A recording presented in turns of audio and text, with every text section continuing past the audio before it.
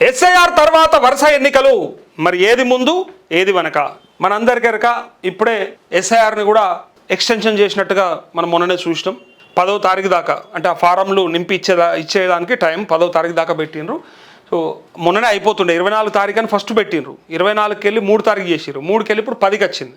So ఈ 10 తారీఖు అయితే ఇగో గ్రాడ్యుయేట్ ఎమ్మెల్సీ ఎంపీటీసీ హైదరాబాద్ సహా పలు కార్పొరేషన్లకు ఎలక్షన్స్, సర్కారు నిర్ణయంపై సర్వత్రా ఆసక్తి అంటూ ఏడాది చివరి నుంచి రాష్ట్రంలో వరుస ఎన్నికల వాతావరణం మొదలు కానుందని రాజకీయ వర్గాలు అంచనా వేస్తున్నాయి. ఇప్పటికే ఎంపీటీసీ జడ్పీటీసీ సభ్యుల పదవీకాలం ముగిసి 2 ఏళ్ళు అయిపోయింది. ఇప్పటికే ఎంపీటీసీ జడ్పీటీసీ సర్పంచ్లే గిట్లే ఆలస్యం పెట్టిండు, ఇప్పుడు ఎంపీటీసీ జడ్పీటీసీలో కూడా గిట్లే ఆలస్యం పెట్టిండు. అసలు నిజంగా ఎంతమంది తిట్టుకుంటారు తెలుసా?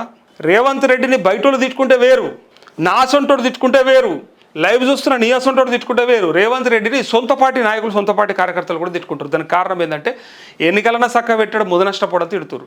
నేను విన్నది ఓ పెద్ద మనిషి అంటుండు, ఏం రోగం పుట్టింది అసలు ఎన్నికలు పెట్టడానికి కూడా శాతగా అవుతలేదా, లేకపోతే ఏమన్నా రోగం పుట్టిందా అని అంటారు. ఎందుకంటే తిక్కలు ఉన్నారు వాళ్ళు. కార్పొరేషన్ పదవులు ఇవ్వవాయి, నామినేటెడ్ పదవులు రావాయి, పైకెళ్ళి ఎలక్షన్లు టైంకు పెట్టాల్సినటువంటి వాటిని కూడా టైంకు పెట్టడా. 2 సంవత్సరాలు దాటిన తర్వాత సర్పంచ్ ఎన్నికలు పెడుతుంది, 2 సంవత్సరాలు దాటిన తర్వాత ఎంపీటీసీ జడ్పీటీసీ ఎన్నికలకు పోగొడుతుంది. దీనికి ఎన్నో అడ్డంకులు, ఎన్నో కారణాలు. బీసీ రిజర్వేషన్ అంటివి 42% అంటే అన్ని అటే వీకినవి, అటకెక్కినాయి. పాపం 50,000 బీసీ నాయకులు, నాకు బాధ అవుతుంది ఒక్కొక్కసారి. బట్టప్పుడు గర్జిస్తారు, ఇట్లా ఏదైనా ఉద్యమం అని అనగానే ఇట్లా గర్జిస్తారు. ఇప్పుడు యాడున్నారో నాకు అర్థమవుతలేదు, సప్పుడు లేదు. ఇక చల్లగున్నారు, ఒక్క తీన్మార్ మల్లన్న అనుకుంటా గట్టిగా జర్ర ఓన్లీ బీసీల కోసం మాట్లాడుతుంది. ఇక ఎవరు మాట్లాడతలేరు, ఇక ఎక్కడో లక్కనే ఉన్నారు. ఇక పదవీ కాలం ముగిసి 2 ఏళ్ళు అయినా కూడా ఇప్పటికే ఎన్నికలు కాలేదు అంటే ఇప్పుడు లైన్గా ఒకటి ఎంపీటీసీ జడ్పీటీసీ 2 ఏళ్ళు అవుతుంది, అది కావాలి. దాని తర్వాత సొసైటీ ఎన్నికలు, పిఎస్సిఎస్లు ఉంటాయి కదా, సొసైటీ ఎన్నికలు జరగాలి, సింగిల్ విండో, అవి జరగలేదు. అవి కూడా పదవీ కాలం అయిపోయాక ఎక్స్టెన్షన్ ఇచ్చారు, ఒక 6 నెలలు ఏదో కోర్టుకు పోతే. సో అది అయిపోయాయి. ఇదైన తర్వాత జిహెచ్ఎంసీ ఎన్నికలు, ఇది అయిపోయి దగ్గర ఇక వస్తూ ఉంది, ఇక సంవత్సరం వస్తుంది. ఇక దీని తర్వాత కార్పొరేషన్లు, చివరికి మరి అంటే ఈ జరగాల్సిన ఎన్నికలే కాక ఇక రాబోయే ఎన్నికలు కూడా ఉన్నాయి అన్నట్టు. అంటే దానివల్ల ఏమవుతుందంటే కంటిన్యూగా ఇక ఇప్పుడు చాలైనైతే డిసెంబర్ నుంచి చాలైనైతే మళ్ళీ డిసెంబర్ దాకా కంటిన్యూ ఎన్నికలు, అది అయిపోగానే ఇక మళ్ళీ జనరల్ ఎలక్షన్, ఇక మళ్ళీ ఉరుకుడే. ఇక మళ్ళీ కేసీఆర్ అప్పటికి రేవంత్ ఉంటారో లేదో నాకు తెలియదు, కానీ కేసీఆర్ రేవంత్ ఈ పోలికలు ఉంటారు.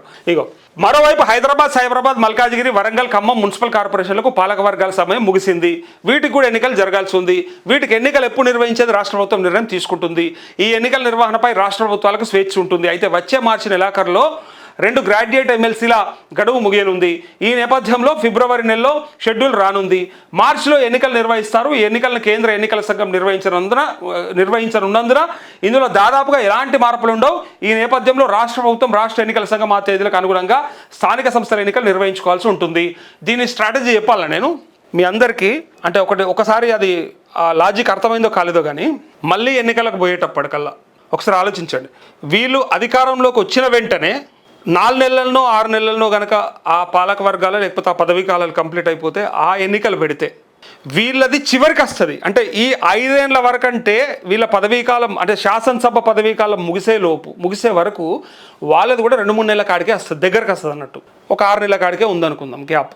సో అప్పుడు ఏమవుతుందంటే ప్రజల్లో ఉన్నటువంటి మూడు అండ్ మార్పు ఏదైతే చేంజ్ అంటే మార్పు కోరుకుంటారో చూసిరా, ఆ మార్పు యొక్క ఇంపాక్ట్ పడకుండా ఉండడానికి కోసం వీళ్ళు ఏం చేస్తారంటే, ఇది అందరు చేసే పనే, మనకే అర్థం కాదు కొన్నిసార్లు.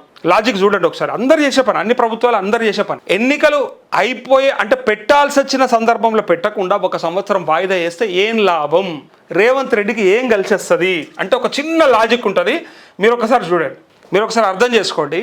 ఇలా ఈ లాజిక్ అర్థమైపోతే ఆహా వీళ్ళు ఇందుకోసం పెడతలేరా అనేది కామన్ మ్యాన్ కూడా అర్థమైపోతుంది. ఒకసారి చూడండి, ఇదిగోండి. ఇంకో ముచ్చట ఏంటంటే అసెంబ్లీ ఎన్నికలు మనకు వచ్చేది 28లో, ఓకే, 2028లో వస్తాయి మనకు అసెంబ్లీ ఎన్నికలు.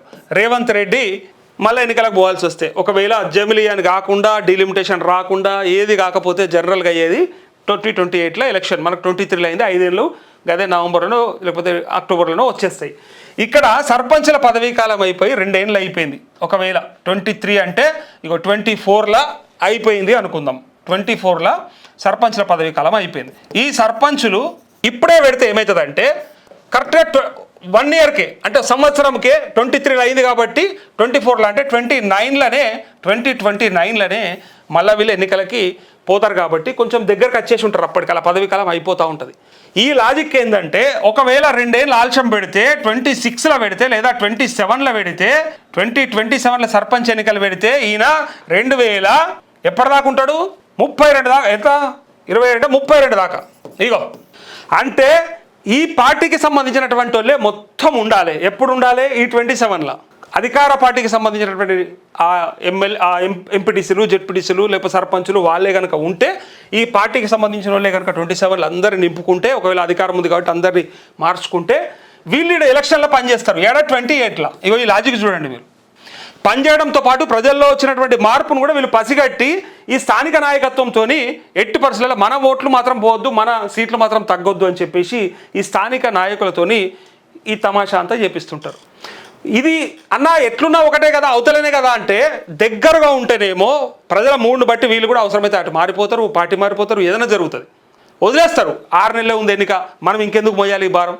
రేవంత్ రెడ్డిని ప్రజలు మెచ్చనప్పుడు ఈ భారం మనం ఎందుకు మొయ్యాలని వాళ్ళు ఆయనతో అవతల పడగానే బోడమల్లన లేక బయటపడి వదిలేస్తారు. కానీ ఇంకొక 3 ఏళ్ళు ఉన్నది అని అనుకుంటే వాళ్ళకి ఆశ పెట్టి లేదా వాళ్ళ భవిష్యత్తును ఇంకా ముందర చూపించి నీకు ఇది ఇస్తాం అది ఇస్తామని చెప్పి ఇంకా ఆశ పెట్టి వాళ్ళని దొరకబట్టుకుంటారు, పిసుకబట్టుకుంటారు, వాళ్ళని ఆపుకుంటారు. వాళ్ళు ఏం చేస్తారంటే మళ్ళీ ఏమున్నది, మళ్ళీ గవర్నమెంట్ ఇదే వస్తే మళ్ళీ ఇంకో 3 ఏళ్ళు ఉంటుంది కదా, ఏదైనా పనులు ఉంటాయి అయితే కదా, పెండింగ్ బిల్లు ఉంటే వస్తాయి కదా, ఏదైనా ఉంటే కమిషన్లు వస్తాయి కదా, మనకు ఎందుకు వచ్చిన పంచాయతీ అని చెప్పి మళ్ళీ వీళ్ళకి సపోర్ట్ చేసి ముందర పడేస్తారు. దీనికి అడ్డం మస్తు చెప్తారు. బీసీ రిజర్వేషన్ బిల్ అడ్డం చెప్తారు, ఎస్ఐఆర్ ప్రక్రియ అని చెప్తారు, ఓటర్ జాబితా అంటారు, లేకపోతే జనగణన అంటారు, కుల గణన అంటారు, లేదా కోర్టులో కేసులు ఉన్నాయి అంటారు, మనకు రాజ్యాంగంలో వెసులుబాటు లేదంటారు. ఇక ఎన్ననే చెప్తారు. ఇక వద్దనుకుంటే 100 ఉంటాయా, ఇక అర్థం చేసుకోరు. ఇక చెయ్యాలనుకుంటే ఒకటే ఉంటుంది, సంకల్పం ఒకటే ఉంటుంది, చెయ్యాలనుకుంటే ఒకటే, తనలాడాలనుకుంటే ఒకటే ఉంటుంది, ఇట్లా కొట్లాడాల్సిందే అన్నట్టు ఉంటుంది. వద్దనుకున్నోనికి ఎన్ని ఉంటాయి తొవ్వలు, దొంగకి ఎన్ని తొవ్వలు. అట్లా వద్దనుకున్నాడు 100 మంది మీద పెడతాడు. ఇదే జరిగింది. అందుకే ఈ లాజిక్ చూడండి. 2 ఏళ్ళు అవతల పెడితే రేవంత్ రెడ్డికి ఏం లాభం అంటే, వాళ్ళ పార్టీ కార్యకర్తలు వాళ్ళ పార్టీ నాయకులు ఉండి లేదా వాళ్ళ పార్టీకి సంబంధించినటువంటి ప్రజాప్రతినిధులు ఎక్కువ గెలుచుకొని వాళ్ళతోనే పని చేయించుకొని వాళ్ళతోనే మళ్ళీ గడ్డపడాలి బయటపడాలని చూస్తారు. అట్లా అందుకోసానికే పెడతారు. ఇలా అధికారంలోకి రాగానే వాళ్ళు ఎన్నికలు పెట్టి మళ్ళీ జల్లి వీళ్ళ ఎన్నికలు పోయేటప్పటికల్లా వాళ్ళు చివరికి వచ్చే వరకు అంటుంటే ఎట్లుంటుంది అంటే, ఆగం వాళ్ళకు ఉంటుంది. ఇప్పుడు ఇట్లా రేవంత్ రెడ్డిది మేము వస్తామా, రేపు మా పాడే కడతారు ఊళ్ళల్లా కాబట్టి మాకెందుకు వచ్చిందని వాళ్ళు ఊరుకుంటారు అన్నట్టుగా. అట్లా రేవంత్ రెడ్డి మీద వ్యతిరేకత ఉంటే మాకెందుకు వచ్చిన పంచాయతీ అని వాళ్ళు తప్పించుకునే ఛాన్స్ ఉంటుంది. ఇప్పుడు ఏమవుతుందంటే ఇంకా 2 ఏళ్ళు పాడైంది, ఇంకా 3 ఏళ్ళు పాడైంది మా 10 కాలం కాబట్టి తప్పక పని చేయాల్సిందని చెప్పి వాళ్ళు ఆగిపోతారు అక్కడ. ఇది దీంట్లో ఉన్న లాజిక్. ఇది తెలియక కొంతమంది అన్న అట్లా కాదే ఇట్లా కాదే, దీనివల్ల పెడతలే దానివల్ల పెడతలే అని స్టోరీలు చెప్తారు. అయితే ఇదిగోండి, కొత్త ఓటర్ జాబితా అక్టోబర్ చివరి వరకు ఎస్ఐఆర్ ప్రక్రియ కొనసాగనుంది. దీంతో కొత్త ఓటర్ జాబితా కేంద్ర ఎన్నికల సంఘం నుంచి రాష్ట్ర ఎన్నికల సంఘానికి రావడం, ఇక్కడ వార్డులు గ్రామాల వారీగా ఓటర్ జాబితాను విభజించాల్సి ఉంటుంది. ఈ ప్రక్రియ అంతా పూర్తి చేసి ఎన్నికలకు సన్నద్ధం కావడానికి రాష్ట్ర ఎన్నికల సంఘానికి నెల సమయం పడుతుంది. ఈ నేపథ్యంలో ఓటర్ జాబితా తర్వాత ఎన్నికలు నిర్వహించాలంటే కనీసం డిసెంబర్ మొదటి వారం వరకు ఆగాల్సిందే.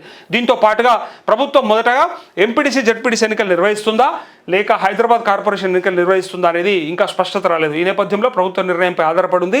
మరోవైపు హైదరాబాద్, రంగారెడ్డి, మహబూబ్నగర్ జిల్లాల గ్రాడ్యుయేట్ ఎమ్మెల్సీ వాణిదేవి, వరంగల్, నల్లగొండ, ఖమ్మం జిల్లాల గ్రాడ్యుయేట్ ఎమ్మెల్సీ తీన్మార్ మల్లన్న పదవీ కాలం మార్చి 29తో ముగియనుంది. అయితే ఈ రెండింటికి ఫిబ్రవరిలో షెడ్యూల్ విడుదల కానుంది. దీనికోసం వచ్చే నెల ఆఖరిలోగా లేదా అక్టోబర్లో కానీ ఓటర్ నమోదు ప్రక్రియ మొదలు కానుంది. రాష్ట్రంలో ప్రధాన పార్టీల అధికార తీన్మార్ మల్లన్న పదవీ కాలం కూడా అయిపోతుంది ఈ మార్చితోని.